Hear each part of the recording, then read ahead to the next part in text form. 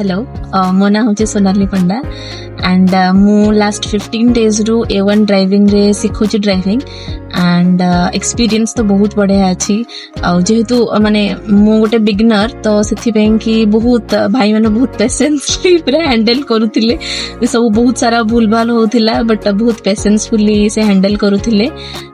starting day रे जेतिकी मते डर लागुथिला जे नाइ मो दे हबनी सब किछि बट आफ्टर 15 डेज कौन आफ्टर 7 to 8 डेज मत कॉन्फिडेंस आसला जे नाइ मु एटलिस्ट चलई पारि कना मोर बिल्कुल भी कॉन्फिडेंस नथिला